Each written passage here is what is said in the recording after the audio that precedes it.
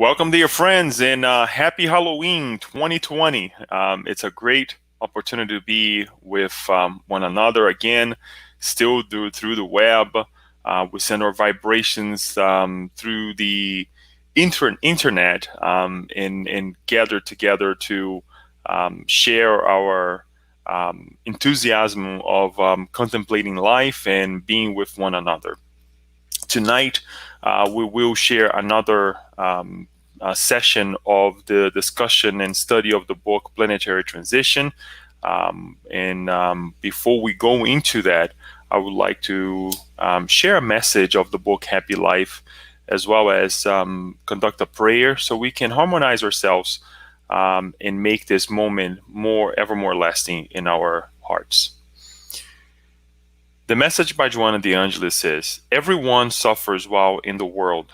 Pain is an efficient method for renewal when love and its benefits are lacking.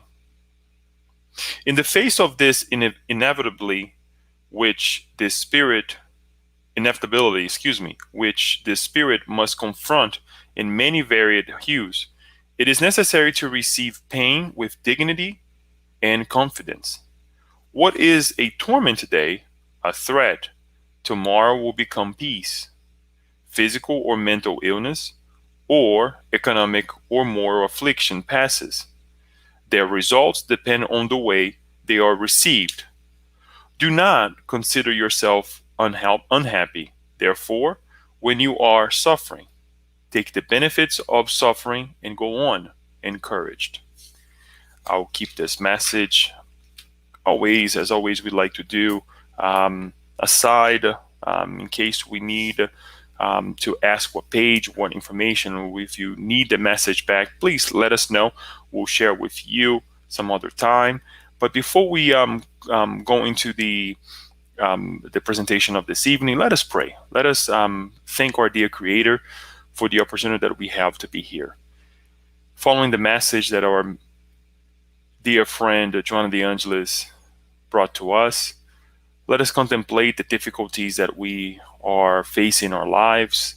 Let us give thanks for all the trouble that we have received, because in many cases, they are the ones that keep us safe from doing other misfortune ideas or actions. But we also give thanks for all the energy, the courage that you have bestowed upon us, dear Master Jesus, Father, Mother, God. Guide us this evening with the teachings that we are about to receive, the reminders, and we also contemplate the opportunity to be together with one another through the different streaming. In the future, when we come together to watch this talk again, in the moments that we will be reading the book, Planetary Transition, so we can understand and we can reorganize our thoughts based on the teachings of the book. We're thankful for this moment, for ourselves, for all that we have. And we put at your disposal, dear Lord, so that we can become better human beings, a better collective group of people, a better society, a better planet. Guide us, encourage us through the fulfillment of life eternal, and so be it. So, dear friends, as we were saying, tonight we will give continuation to the talks and perhaps sharing the chapters of the book Planetary Transition. We are here now on a home stretch where we are tonight or this afternoon. We'll be talking about chapter 19, getting ready for Spiritual Armageddon, and chapter 20, Confrontation with the Darkness. We have seen quite a bit thus far. And we'll have one more session during the month of November, which we will go ahead and close the studies of this amazing book that has brought to us many teachings, many reminders, guidelines for us to live a better life, and how to deal with the life and the beyond as well. I would like just to kind of go over the two last chapters that we saw, broadening the scope of our work, thoughts, and profound dialogues that our dear friend Manuel P. Miranda had with those around him, and Dr. White and everyone else. The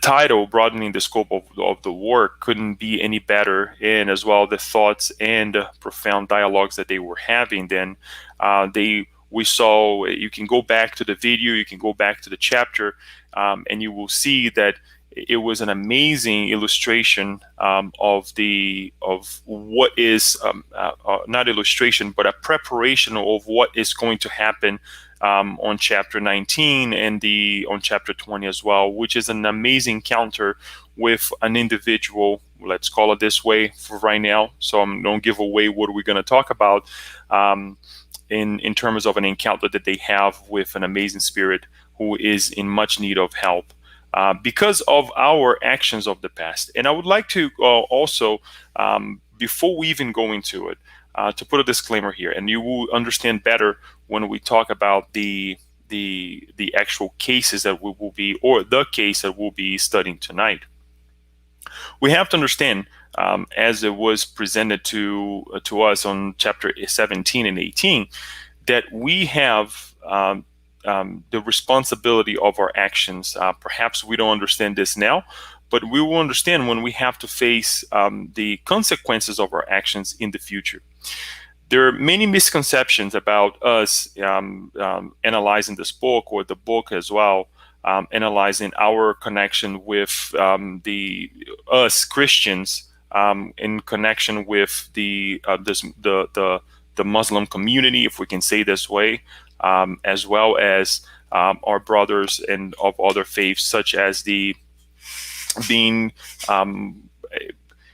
under the umbrella of the Abrahamic religions, right? We have to understand that we're not here to point fingers or say that they're doing this or that, because we know that those who are coming back to us against us nowadays is because we have done something against them, and they're now collecting what we took from them: their peace, their courage, their life, dignity, whatever we can name it. But we'll see more today, the example in what can happen in the future if we don't make better decisions nowadays. So this is just a basic disclaimer that I would like to go over, and I will reiterate this idea in the future as well, because we don't want any misconceptions and any misideas about the content of the book and the book in general and what we're presenting as well. So tonight, getting ready for Spiritual Armageddon, Confrontation with the Darkness, chapters 19 and 20.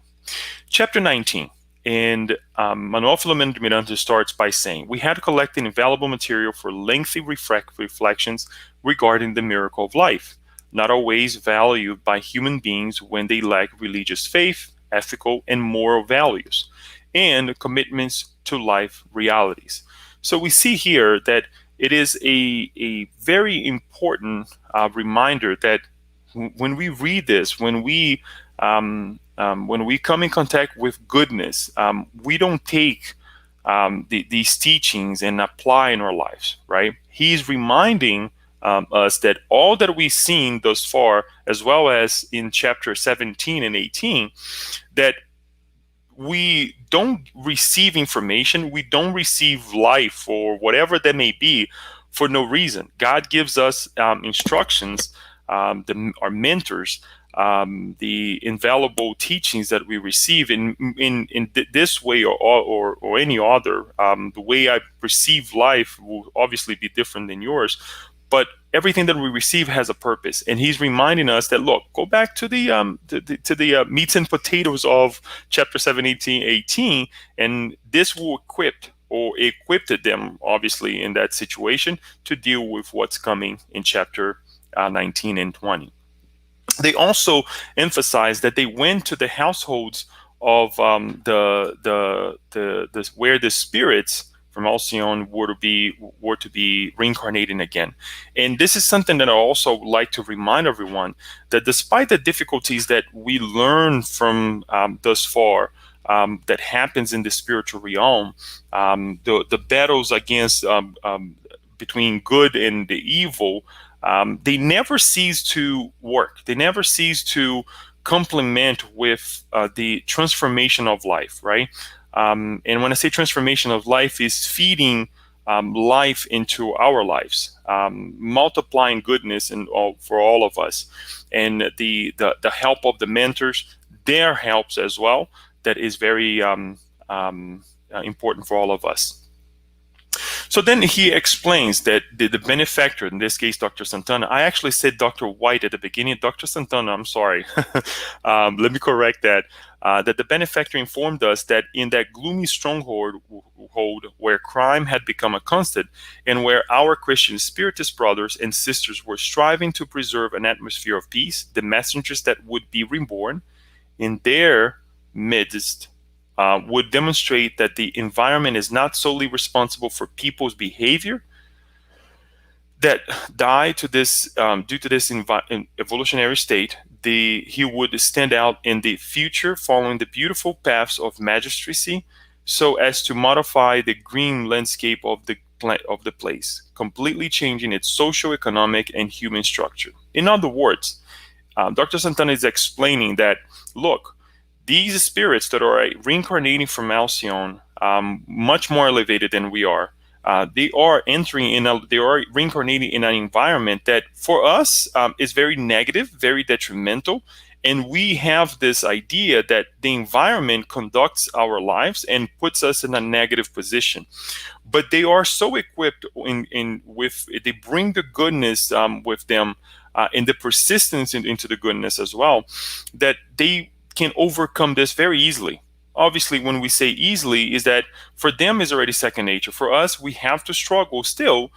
But the bottom line is that the environment, yes, can afflict us, can certainly bring us very many difficulties, right? As we read with the message with John De Angelis, that sometimes when we go through the struggles of life, yes, can bring us down. However, that doesn't stop us from being good, from applying what we have to apply, and what we have most of the time really committed to apply while incarnated on earth.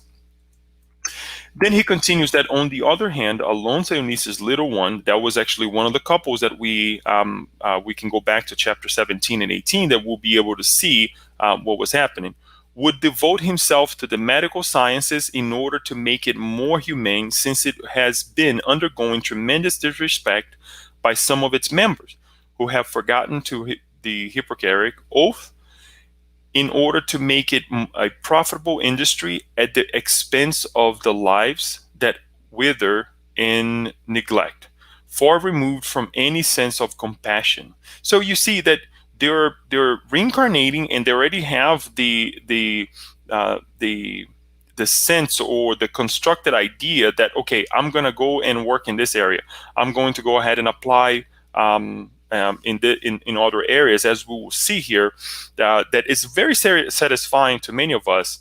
Many others, as he said, scientific and philosophical knowledge, with scientific and philosophical knowledge, especially politics, where they would serve with dignity, modifying the existing standards of conduct and rendering the constituted laws respectable, starting with themselves. It's beautiful because we are in the transitions of in the political arena as well. Although we don't see it yet the way we would like to see it, but it's happening. It's certainly happening, and we have to understand that this is something very recent. So it's going to take time when we see the actual fruits of this transformation that is happening from the other side.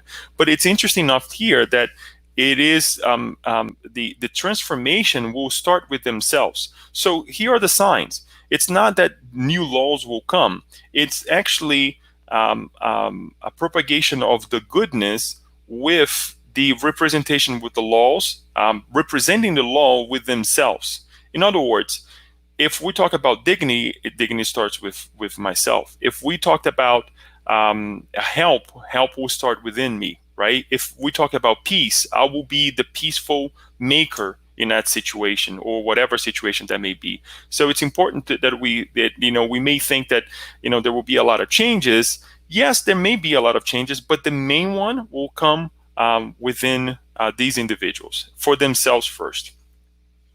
And then he continues, we could envision a world without borders of hatred and ethnic separatism, always the causes of bloody wars, without economic poverty, bare of countless evils, and especially without moral poverty, which will vanish, making way for new concepts concerning human behavior. So hang in there, it's happening. This is, again, another reminders, or several of the reminders that Dr. Santana is bringing to us, showing us, look, it's happening. We have to do our part as much as we can in order for us to bear these fruits as well.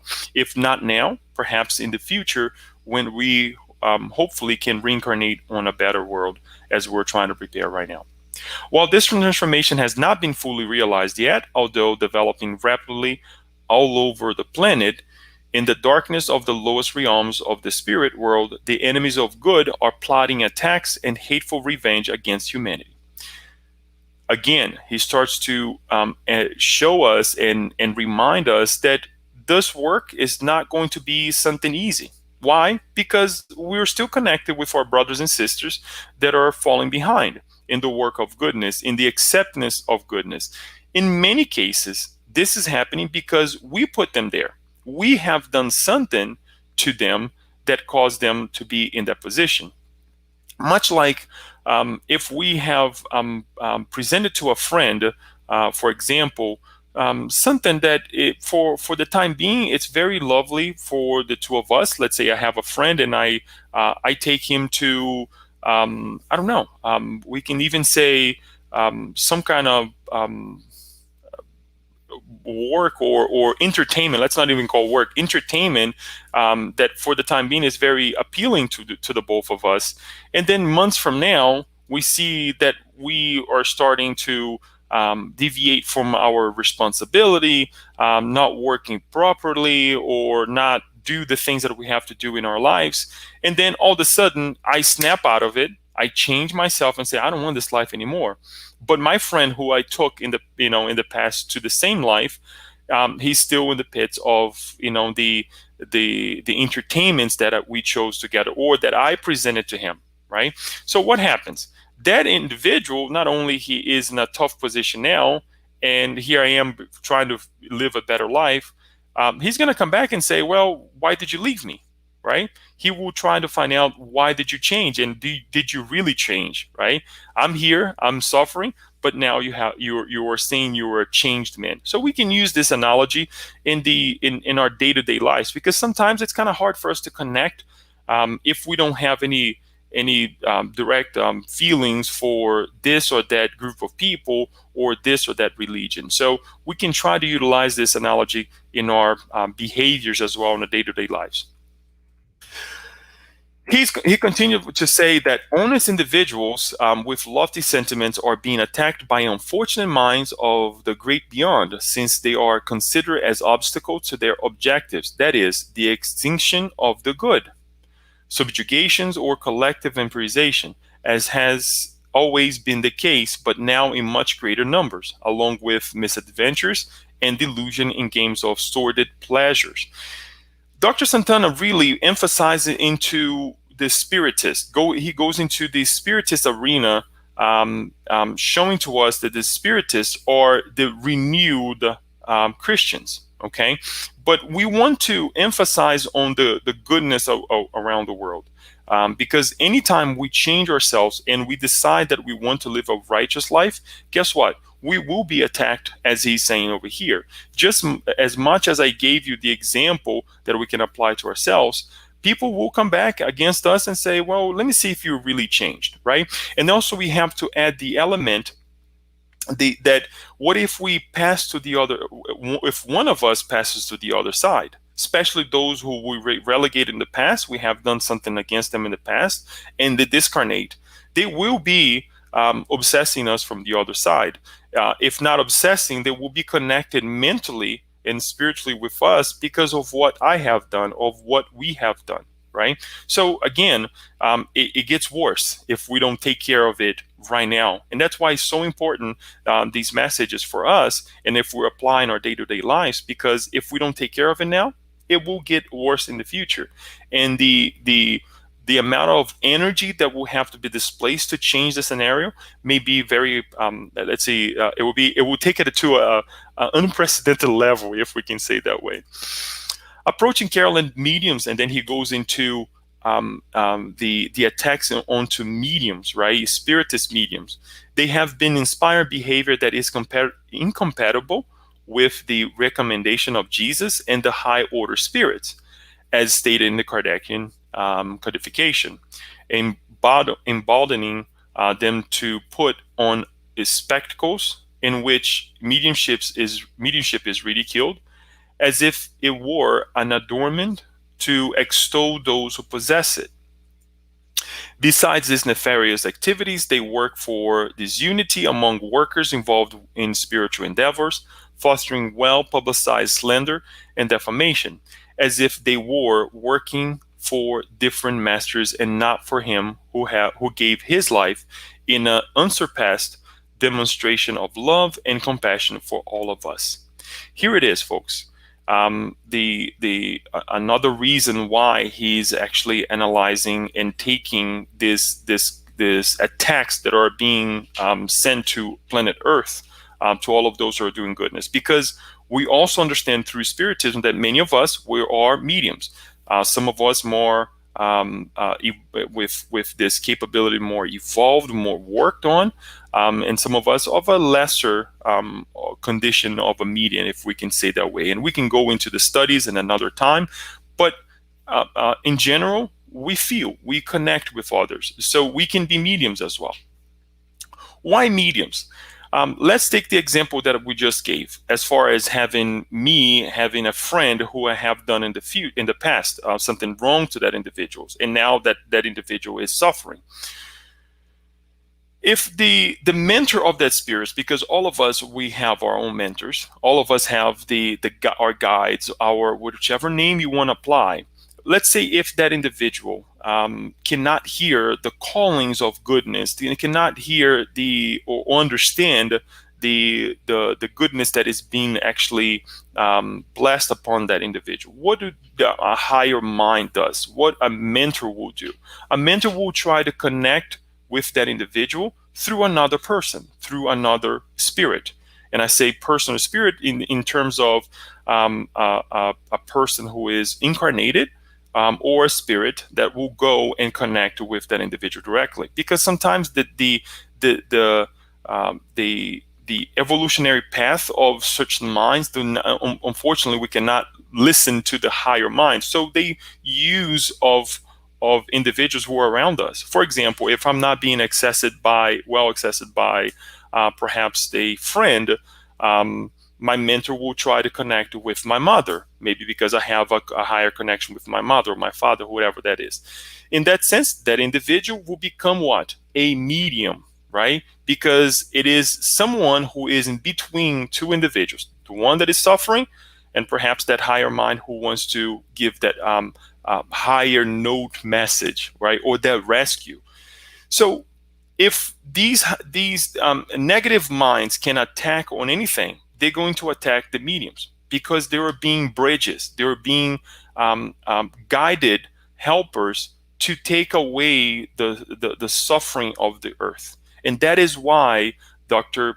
Santana is actually, again, reminding us that mediums are being attacked. This is not for us to be afraid of anything, but for us to be persistent on the work of goodness. And if we find ourselves in any situation that we are being perturbed or being called into things that are nefarious, as they are saying here, let us think twice. Maybe we are in the right place, right? Maybe we need to equip ourselves even more, pray even more, because also these individuals, they also need help.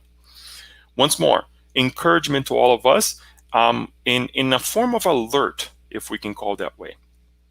In certain situations, he continues, they trigger infirmities difficult to diagnose, concealing their influence on debilitated, weak bodies, leading into the pit of this discouragement individuals fond of duty and committed to authentic fraternity. And when it comes to charity, they go argumentative people who waste their time on concept of paternalism and social inclusion, neglecting to offer real assistance, which consequently arrives too late because time has been wasted on mental idleness and intellectual digression. So all of these, this chapter is beautiful because it equips us with all the things that these negative minds are doing to us when we commit to goodness. Remember, yes, the chapter focuses on spiritists, which, as he mentions, are the renewed Christians. And when we say renewed, it's not that the spiritists are the best Christians out there. Far from it. They are the ones, perhaps, that have received one more time the calling of our Master Jesus, to say, let's work. Let us truly extend a hand without promoting ourselves, right? And mediums, because it is a practice and a teaching of the Spiritist science, working to help others, are now being attacked as well in the same form. Doesn't matter if you are a Spiritist or not, you can be a medium. Many of us can be a medium. I'll give you an example. Perhaps we go and connect with someone and we have an adverse feeling, or perhaps a good feeling about a situation, about a person, about a moment that we share together. We can be mediums because we're perceiving something beyond ourselves that is related to someone else that we meet, right, or a situation. So if you need more information, please visit our website. We can give you a lot of information in terms of what mediumship is and how Spiritism can help. But it's something that obviously Dr. Santana is emphasizing here. When the time came, however, Dr. Santana informed us, and that case is Manuel Filomeno Miranda saying that a meeting was being scheduled with a former Jewish rabbi victimized during those terrible days at the end of the 15th century when non-Catholics were being expelled from Spain. And I'll stop here, and I'll go back to the disclaimer that I brought at the beginning of our meeting tonight. We're not here to condemn our Jewish brothers and sisters or any other religions. And I'll emphasize again, what is about to happen is actually a consequence of our own actions, as we will see here, not only in the explanations, but a prayer that was presented to us saying, look, what we're seeing now is only a consequence of our misfortunes of the past. So hang in there. Let us present to you what Manuel Filomeno brings to us along with Dr. Santana. This was going to be actually a meeting a mediumistic meeting that happened right after a public meeting at a specific Spiritist center that they were going to have in this encounter. And I'm going to try to explain to you the Spiritist meeting as we go along in terms of explaining the whole reasoning for this whole thing. So we were already familiar with the Spirit Center, where our benefactors would be meeting with Eliakim ben Sarak, who was in command of an impressive band of discarnate criminals currently devoted to a campaign of extermination against the disciples of the third revelation.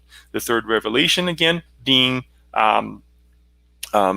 Spiritism. The first revelation, if we go, and this is actually something that we can rescue from the Gospel according to Spiritism, that the first revelation, right, it was in the first and the second revelation is actually something taught to us by all the teachings that we have received on through the First Testament and the Second Testament as well. And now Spiritism, being the third revelation, is taught us not only by under the guidance of Jesus, by all the spirits who have come, many of them who were reincarnated during the times of the past, that comes back reincarnated, and also through the spirit realm, teaching us what is our connection with ourselves as well as the spirit world.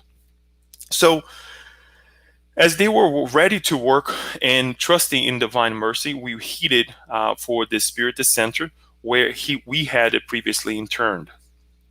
The institution devoted to studying the Spiritist codification in accordance with the strict methods used by Allan Kardec, with emphasis on education in all aspects, because it is not only limited to incarnates, but also to suffering discarnates, ignorant of the divine laws, was in full swing when we arrived. So this is them going to a Spiritist Center. Many of you have actually visited a Spiritist Center, a public meeting where someone comes and gives a talk, perhaps preparing the group to receive the treatment as well. And the treatment extends not only through passes, but the fluidic water, as well as some other means depending on the necessity of the group that will be actually helped during that specific meeting. This can be a public meeting, but this also can be a moment of treatment that a selected group of people sets up a time to get together and receive this treatment as well. In this case, it was a public meeting that was preceded by a mediumistic meeting, and you will see a little bit more of this. So here's what Dr. Santana says about a spirit center, and he brings the importance of a spirit center as well as the work that is being done, because this is all relevant to what's going to happen in terms of the teachings. It will serve as a teaching or a preparation to the encounter they will have with the priest. Spiritism is a serious doctrine, and this is Dr. Santana said, which cannot be used for frivolous purposes for self promotion by any of its adherents. Representing the comforter promised by Jesus, it is a beautiful, joy-bearing message, not an entertaining spectacle for the frivolous. And he says that almost all the people that was in the gathering who comes to the Spiritist Center, and we're talking about not only those individuals who are sitting down and watch the message, but also those who are presenting. We also need to revisit these messages, the message of our Master Christ, and everything that we study with Spiritism. He says almost all of these people, as well as the spirits that come here, are tormented by serious issues. They long for balanced guidance and fraternal support in order to recover the strength they need to continue their progress until they are liberated from their physical existence. And look at this, guys. Family members distressed because of the discarnation of loved ones, sick individuals with various diseases, including severe obsessions, yearn for guidelines of health and peace. Oppressed by socioeconomic and social behavior injunctions, they need kindness and assistance so as not to tumble into the abyss of serious depression or go mad from the agony of tormenting uncertainties. So obviously, there is no room for hilarity or personal exhibitionism in a false therapeutic conduct of a circus-like nature. So it's very serious. The individuals who are going to the Spiritist Center, and we extend as well, this is not on the book, this is Leo now saying that perhaps the same happens when we go to a house of Christ, or perhaps a house, a different Christian house, as well as, why not, to remind ourselves, a Jewish temple, right? When we connect with our brothers as well, who are not Jewish, Muslims, when they're praying. I had a very interesting encounter this week where a Muslim friend actually just purchased a home, and he made sure that before they moved into the house, they actually prayed in every single room of the house. Him and his whole family prayed in every single room of the house to make sure that the environment was restored to what they believed to be of kindness, of encouragement. And I was impressed because we also did the same thing when we moved to our current homes, right? When I moved to my current home, and I was able to connect and have that feeling again of restoring the environment. And we do that sometimes when things are getting difficult. We pray, we go to this room, we go to that room. Again, ways for us to connect. And we see the goodness. It can be represented in many of the religions out there, and when we have a good heart and good mind as well. So what happens? The director of the Spiritist centers pray, and we're going to go over real quick here. He passes the word to someone to to conduct that evening's work. And after that, we will go into the actual meeting that happened with the Jewish priest. The center's director began the meeting by inviting everyone to join him in a prayer of thanking and requesting inspiration for that evening's endeavor. After the prayer, he gave the floor to the person in charge of the lecture, who addressed the parable of the prodigal son, carefully reading the text and then interpreting it in terms compatible with current psychological, philosophical, ethical, sociological, and especially Spiritist teachings or Spiritist knowledge.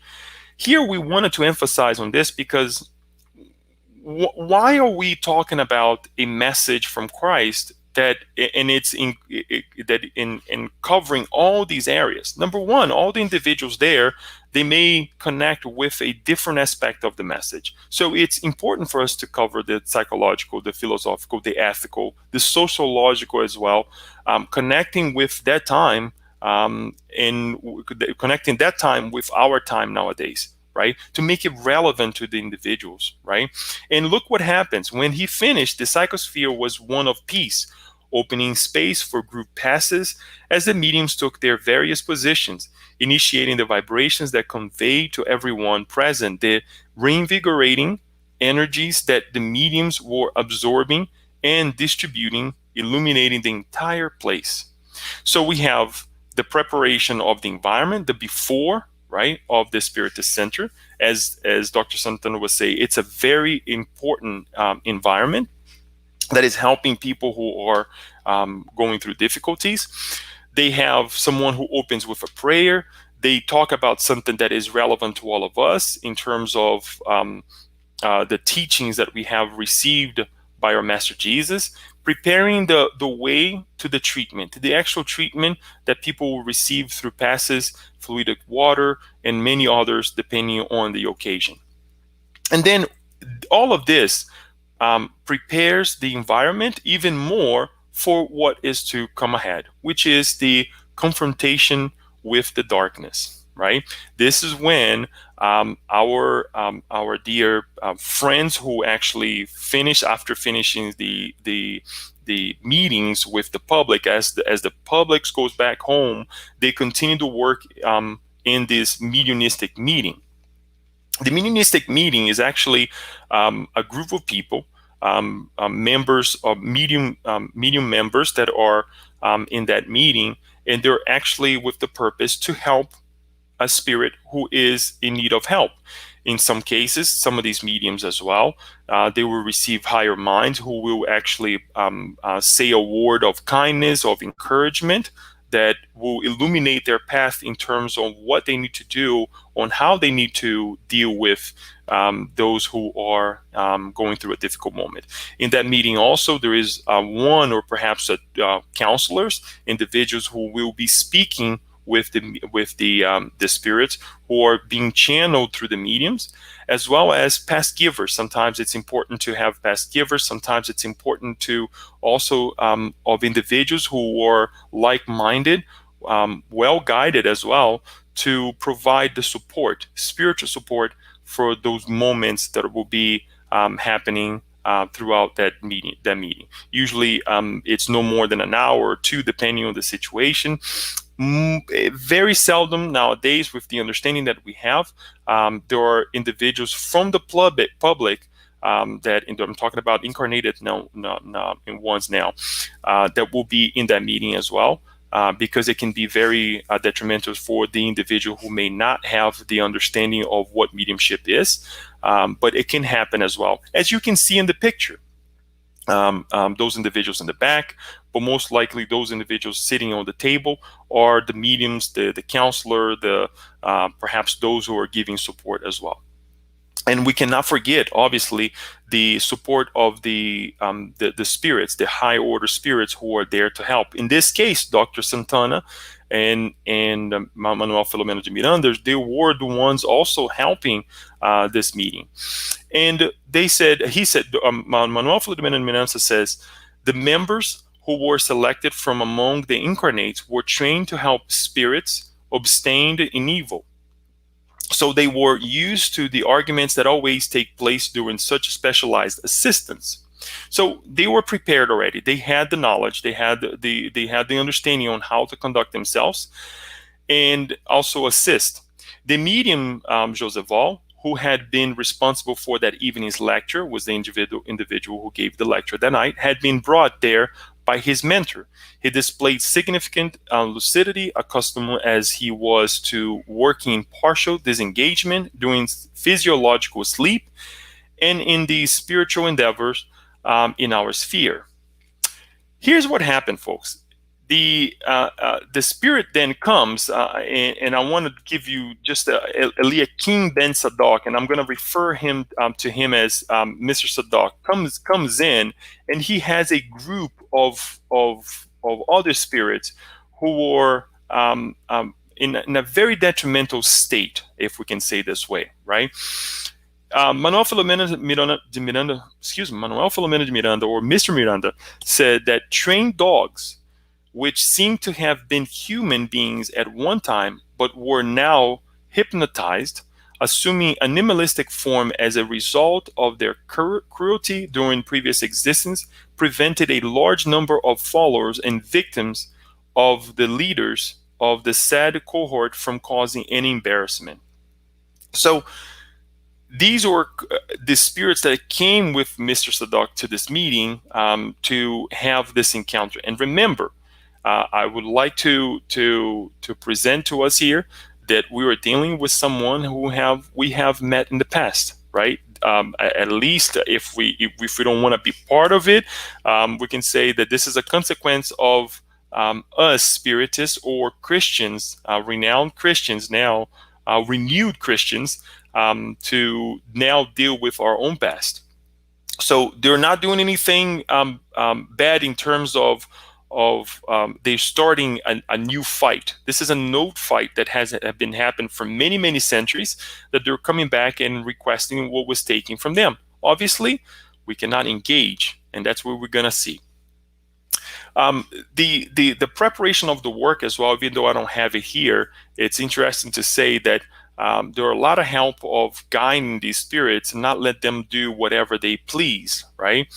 So they felt a little bit that they were constrained, and we'll see this a little bit more, but I just want to go ahead and give that hint that in case we have spirits in a mediumistic meeting that they're very disturbed, that doesn't mean they will do whatever they want. The medium, as we see here, very well trained, will contain all the drastic movements, perhaps, or what they say will be filtered as well by the medium.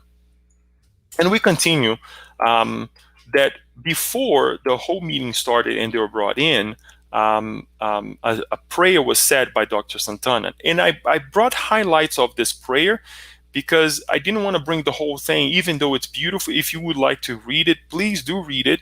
Not only this prayer, but that is the prayer that is said at the end as well, that we will share with you of this chapter.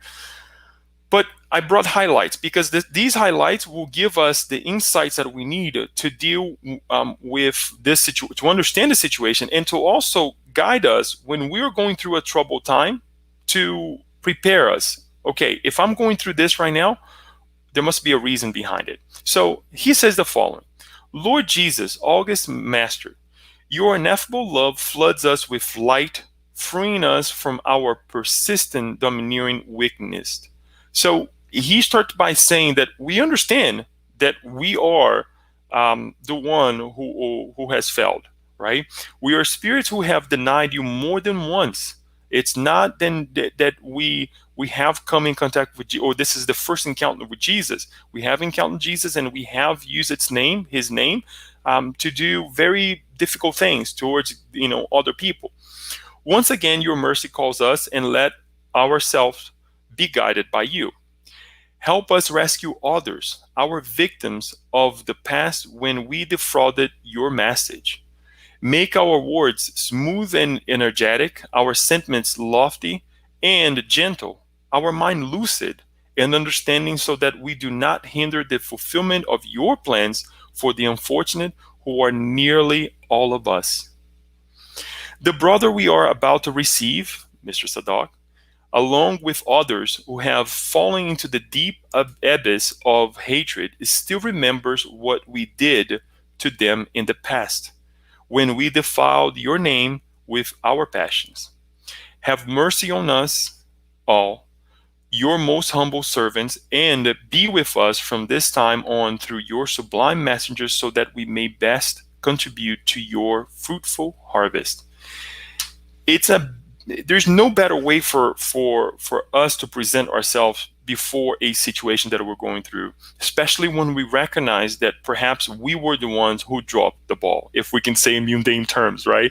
Look, if we're facing something, perhaps we may not find a reason for now, we are perhaps responsible for it. And if we don't find the reason in the now or a couple of days ago, perhaps it was in a previous lifetime. That we're now given the ability, is not that we're being forced to do anything, but we are being given the ability to rescue what we have missed in the past.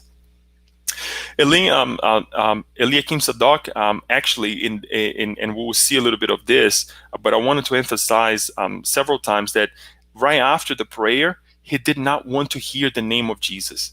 He was so against the idea of the mentioning of Jesus that to him it was a very difficult. It was very difficult for him to hear the name of Jesus. And remember, Eliakim now is connected to the medium, Joseph All.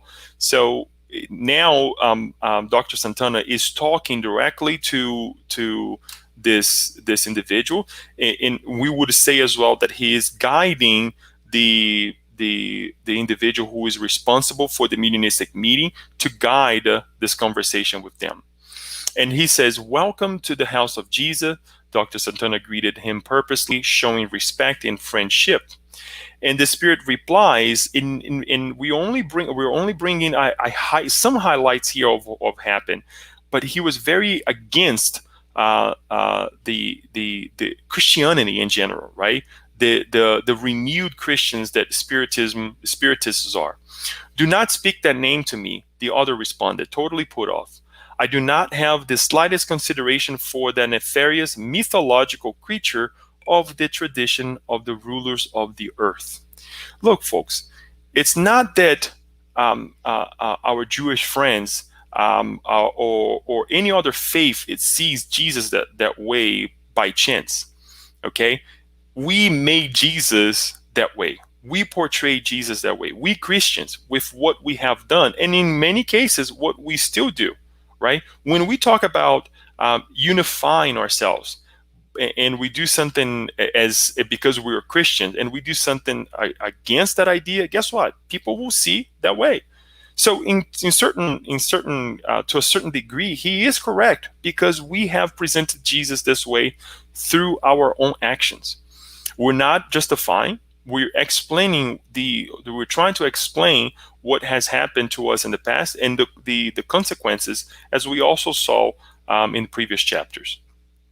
And then Dr. Santana says, "Your claim that we betrayed you and let you into a trap is unjustified, because the challenge came from you, my distinguished friend. A challenge we accepted for a meeting of clarification, not a battle characteristic of the biblical Armageddon. As you would wish, in a plan of revenge and war. Dr. Santana brings this to us because the invitation was done by Sadak himself, right, to meet, and their ideas of a meeting was to conduct a battle, as Dr. Santana said, as it was done in the past. But now Dr. Santana has to put himself in a position to show that in fact he has changed. He is a renewed Christian now as a spiritist, right? And he continues by saying, I can assure you, my friend and brother, that we mean you no harm except in your offer concerning the battle that has endured the night of several centuries, as we mentioned. Ours is the desire for fraternity and peace. We acknowledge your power in the infernal regions. Time has run in the hourglass, and we have all changed for the better. I believe because the clear message of Jesus has finally reached the landscape of our minds and the country of our sentiments. So it's a reassurance to Mr. Sadak that we're not battling the way we used to battle. Now the battle is quite different. Is an invitation to stop, reflect, and restart again. This obviously is not something that's going to happen overnight, and it's going to take a lot of energy.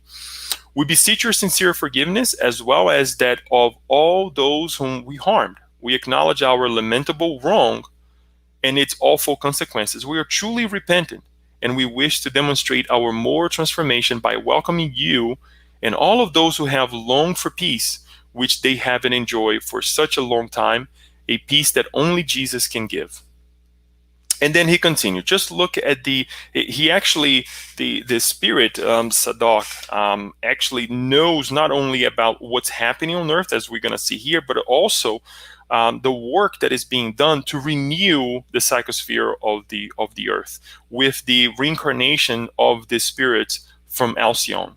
He knows about all the things that are happening, all the preparations of goodness that is being implemented on planet Earth. And he says the following. It's very interesting because again we're disturbing the message of Jesus, and this is the perception that others have about Christians or Christianity. Just look at the unhappy landscape of the earth. Where are the so much praised meekness and prudence, compassion and mercy? Do you not see, perchance, what is happening on that world rich in illusory powers and degradation?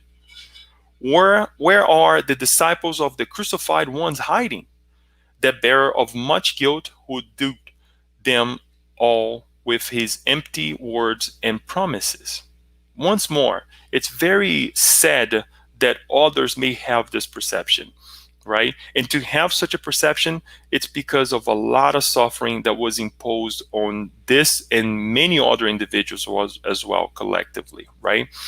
So Sister Arlinda, they give continuation, a venerable worker with more than a half of century of dedication to the cause of the good, went into a trance and begun to emit energy in the form of ectoplasm through the facial orifices. A high order spirit took shape bathed in bluish light and condensed in the room, saturated with fragrant, lofty vibrations. And it was no other than the spirit Francisco Leite de Bittencourt Sampaio. Actually, according to the Brazilian Spiritist Federation, he was a jurist, magistrate, politician, senior civil servant, a journalist, a literary, renowned lyric poet, and excellent spiritist medium as well, that now is working under the guidance of Brazil. And he comes and brings an amazing message to close the meeting that they just had with Mr. Sadak. Before we go and we close this moment here, and today it's a little bit funny and a coincidence that today is Halloween. We're celebrating Halloween now. But Dr. Santana explains that the individual that came through present himself as Mr. Sadak was not in fact Mr. Sadak. It was actually a spirit guided by Mr. Sadak, where he was in the lower regions to represent him a decoy, actually, as explained by Mr. Miranda, explained by Dr. Santana, to say, look, this is how we get to see how nefarious or how they were working against the goodness, right? Instead of facing the situation, they send a decoy, right, as himself, to see or to understand the environment or what they're going to get out of it. And the conversation also leads to a point where he says again, we will meet again. And Dr. Santana actually in the mediumistic meeting says, look, yes, we will meet you in your household, in your stronghold, actually, the word that he uses, stronghold. So just tune in for our last session that you will see the new encounter with all of them. But it's important to highlight this here, and I know I'm not trying to make fun of the situation or whatnot, but it's just a coincidence that he actually sent a decoy as if he was showing himself in a completely different way, disguised way, to this meeting, instead of showing himself, instead of attending himself to the meeting. So very interesting case. But going back to this final message by Biteku Sampaio, as he is actually known in Brazil, he actually reiterated the importance of the work being done and also encouraged the workers to continue on the righteous path. He goes over again that the difficulties that are happening, right? There are many difficult things or many works that are being presented against goodness, but also we can never forget that we're also being prepared or being helped by the higher minds. And he says this is just, again, some excerpt that I would like to bring that can serve to you and I to also continue on the righteous path, whether a medium or not. I know our audience is mainly Spiritist, but if you're watching this message as well, include yourself in this work of goodness, even if you're not a Spiritist. Right? Because I think that we all have goodness inside of us. And he says the following: strive in the objectives you have embraced. Never fear the forces of evil, which dissolve like mist in the heat of the sun of truth, implementing the era of love as essential for the happiness of all. Never retaliate against evil, always realizing that you are disciples of the one who did not defend himself against the undue charges leveled at him, thus being the model for you to follow. Loneliness, contempt, and inner suffering because of unfulfilled longings are injunctions resulting from your behavior in past reincarnations. The only consequences. And it says, keep today the brightness of joy and goodness on your face and your sentiments, creating harmony wherever you go. I'll say it again.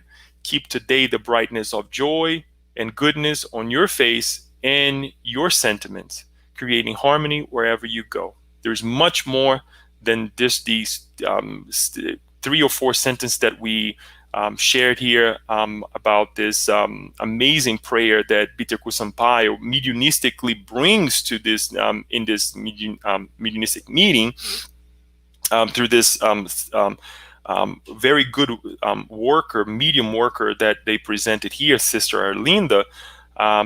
And I hope that you sit down and you read both chapters. You read these encouragements, because I believe that if it serves well for me to maintain us strong, dedicating ourselves to good work, I'm quite sure it will help you as well.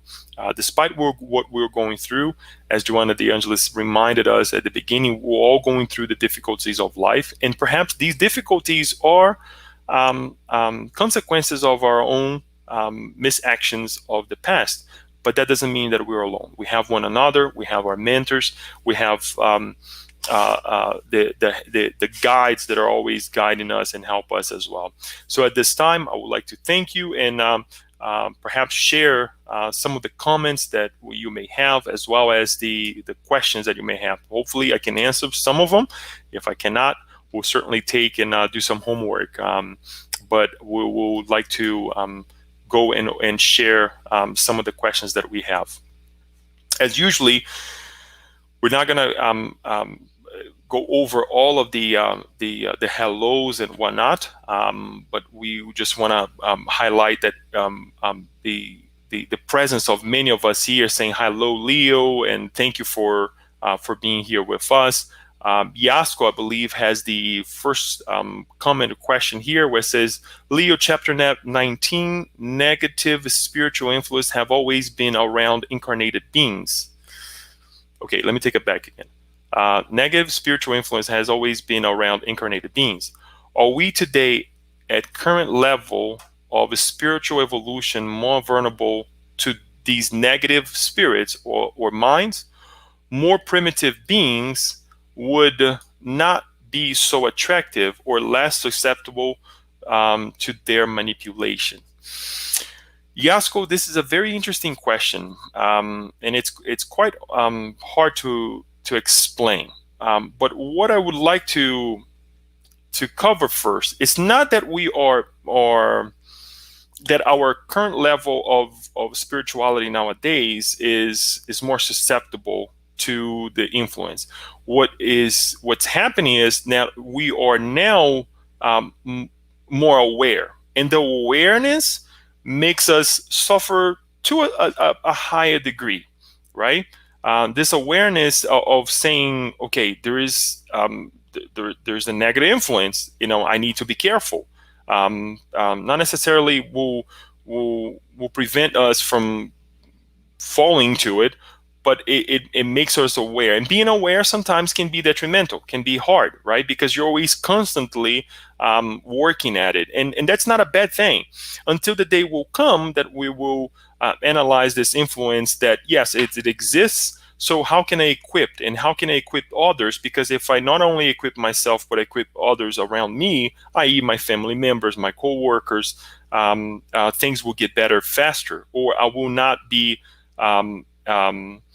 affected as much. What I'm trying to say is perhaps our behaviors, right? Slandering, speaking well, doing the things that we're supposed to do, praying, having a righteous life. These are all ways to equip ourselves. The going back to the primitive world, or when we found ourselves, God gives us the much that we can handle. So these influences were not evident to this state of mind, the primitive mind, because it's not the time yet, and they're not well equipped yet to understand. Now, with our resolutions, thank God, not only it shows us that we are evolving, but also that now we understand that there are consequences, and there are certainly how am I going to say, the influence that are there. But never forget one thing, and I'm glad that you asked this question, because when we study Spiritism, many times we tend to focus on the negative. But how many times we are also reminded of the goodness? How many times are we reminded that we have a Spiritist mentor or a spiritual mentor? How many times we were reminded in Christianity that of our guardian angels? How much literature there is out there talking about the angels? Where is this coming from? It's something that has survived many centuries, but we forget. We are so ingrained in negativity, in the negative aspect of our connection with the spiritual world, that is pretty tough. Once more, since today's Halloween, what we try to focus on the dark things, but there are also great connections that are happening with the spiritual world. So let that be also a base for us when we talk about influence, the good influence as well. Moving on. Thanks, Leo, for the great topic. Thanks, Leo, for the great topic. It is really necessary to learn and respect this doctrine, and mainly to practice what we learn in each lecture, which makes us grow in human being. That is true. It's important for us to make sure that we have this tool in our lives, this amazing science that can guide us into a better future. Paula then asks, are the previously human trained dogs an example of backwards evolution? not backwards evolution. It's not that they're going back, but imagine if we were to and perhaps you will understand me, Paula, what the example that I will bring here. If I don't treat my body well and I don't stretch my back, um, what's going to happen? We will tend to kind of not be straight, right? If we sit straight, or if we don't stand straight, our bodies will take certain tendencies, day after day, day after day, that we will start to walk perhaps a little bit funny. What I'm trying to say is that these spirits, they're representing themselves as dogs. Their minds were so connected to negative things and the things that they have done in the past that they start changing the way they show themselves. That doesn't mean that they are actually going back in terms of evolution, their evolutionary path. They're just stuck. And it's so, they got to so detrimental, such a detrimental way that they're presenting themselves as animals, right? That's how much I can go ahead and go over with you. But that's the idea, as if we have this loop in our minds thinking that we are so mad, we are so, the words even escape my mind right now, that we're so mad that we present ourselves as animals, right? And this is a way for us also to understand. And hence, what I would like to say is that many of the difficult images that we have created in our lives perhaps are what we see in these explanations when we when we see the movies, the representation in books and readings, literatures of the dark world. It's basically this right here: the negative minds, the negative influence that we allow in our mind, in our lives, as well as our actions. This really counts too. And then Paul again says, please elaborate on the task of returning the world to mercy and deliverance has fallen to Brazil. Very well. This goes back to a book that perhaps is not in English yet. This is actually something that it has been brought to us, Spiritists in Brazil, that the work of Jesus has actually been brought to Brazil. In a way that Brazil, in many situations, and I'm trying to summarize here as much as I can, there's much more than this. Brazil has been identified as one of the lands on planet Earth that actually didn't have major issues that would allow it's propitious to reconstruct this work, or the work that was actually established in many areas of the planet, but because of our decisions, did not continue, if we can say that way. Now, here's the thing. The spirits that are now reincarnating in Brazil is not that these spirits are enlightened spirits, or because this or group of people or that group of people or this individual has a connection with Brazil or is Brazilian that they're enlightened. It's quite the opposite. Brazil now is receiving spirits that are going through, or they have been going through, a lot of suffering because of what we ourselves have done in the past. Right? And when we reincarnate in Europe, when we reincarnate in the Middle East, when we reincarnate in different areas of the world, in different arenas as well. So it's important for us to remind ourselves that, yes, this work has been implemented in Brazil, but also nothing stops us from our decisions. And quite frankly, Brazil can be, unfortunately, a ground of let's say, not well-established ideals, right? And this may deviate the work that has been implemented by Jesus, because Jesus is not going to force anybody to do A, B, or C. He will invite us to restore ourselves in anywhere, wherever we are. And one of the things that is reminded as well in many of the literatures that we have in Spiritism and around the world as well, as a confirmation, is that if Brazil is perhaps the heart of this work, of restoring Christianity in a elevated sense, perhaps the United States or the North American countries are perhaps the head. And if head and hearts, they're not well aligned, they're not well secured, what can happen, right? And we see all the difficulties that we are facing globally. And I say globally because every element, every area of this planet Earth is an essential element of our progress. Much like our bodies, right?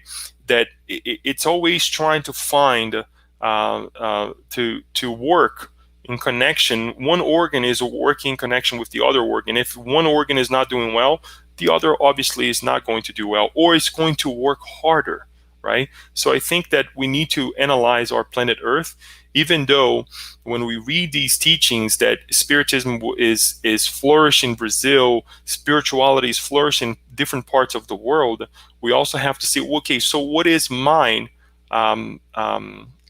responsibility towards this all, right? And I like to remember again, if we're here today discussing about these things, discussing about spirituality, discussing about the renew of Christianity, is because we are in much need of this renewal, right?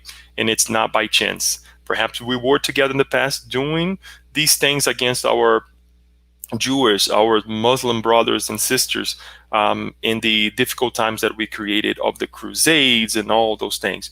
We're not here to put the blame on anybody, on even ourselves, but all that we can say is that the work is laid up in front of us to say, now it's time to work. Now it's time to be of a different character, right? Whether we like it or not, because our instinct sometimes calls us to do the same that we're doing, right? The unconscious inside of us is saying, oh no, shout, fight. But it's a different calling right now. We really have to assess and reevaluate what we stand for. I believe that I hope that helps a little bit, but it's something that perhaps we can discuss in the future a little bit more, and we can give you the literatures, the specific literatures that we can go into, even though, unfortunately, yet some of these literatures are not in English, and hopefully will be soon. I would like to go over with you folks, I believe that was the last question, last comment, that in the next session, we will be discussing the two last chapter, difficult battles and preparations for the conclusion of our work, right? The work that Manuel Filomeno de Miranda is actually presented to all of us. It's interesting that there is a continuation, if you will, to this work, and perhaps, who knows? It will all depend on the guidance that we will receive to continue on the next endeavor next year. It's quite hard to understand that 2021 is already knocking on our door. But yes, it will be the last session, and we will discuss the next endeavor that we will undertake, as well as an explanation or conversation of the next book. And so, but hang tight. We ask you that you please read the book, have your discussions at home, talk to your friends. Please call me, connect with me, and say, Leo, I don't understand this, because if I don't understand, we'll maybe get some other way to understand it, and we'll discuss it even more. Make this a fun reading. It's not meant to scare us or to make us feel sad, but it's quite the opposite. It's to really enlighten us on what we need to do to begin this new world for all of us. And who knows, maybe we'll reincarnate here again. I would like to thank you for watching this amazing moment, and I'll invite you all for our last prayer. I'm going to do something different today, because it's not by chance that we talked about the difficulties in these two chapters, and we open this message, this moment, with Joanna de Angelis saying the following, and then we'll pray. Everyone suffers while in the world. Pain is an efficient method for renewal when love and its benefits are lacking. In the face of this inevitability, which the spirit must confront in many varied hues, it is necessary to receive pain with dignity and confidence. What is a torment today, a threat tomorrow, will become peace. Physical or mental illness, or economic or moral affliction, passes. Their results depend on the way they are received. Do not consider yourself unhappy, therefore, when you are suffering. Take the benefits of suffering and go on in courage. On that note, we would like to thank our Master Jesus for these amazing reminders, these teachings, the presence of our friends who were here with us today, guiding one another to the sentiment of love and renewal. And we ask that each one of us may receive this guidance not only in the now, but through our moment of sleep. If any difficulty is bothering our hearts, that we can understand the reasons for it, and that we may receive the antidotes on how to deal with it and maintain guidance in our lives. We are thankful for all that we have, for one another, whom we connected today and whom we will connect in the future, and so be it. Until next time, thank you.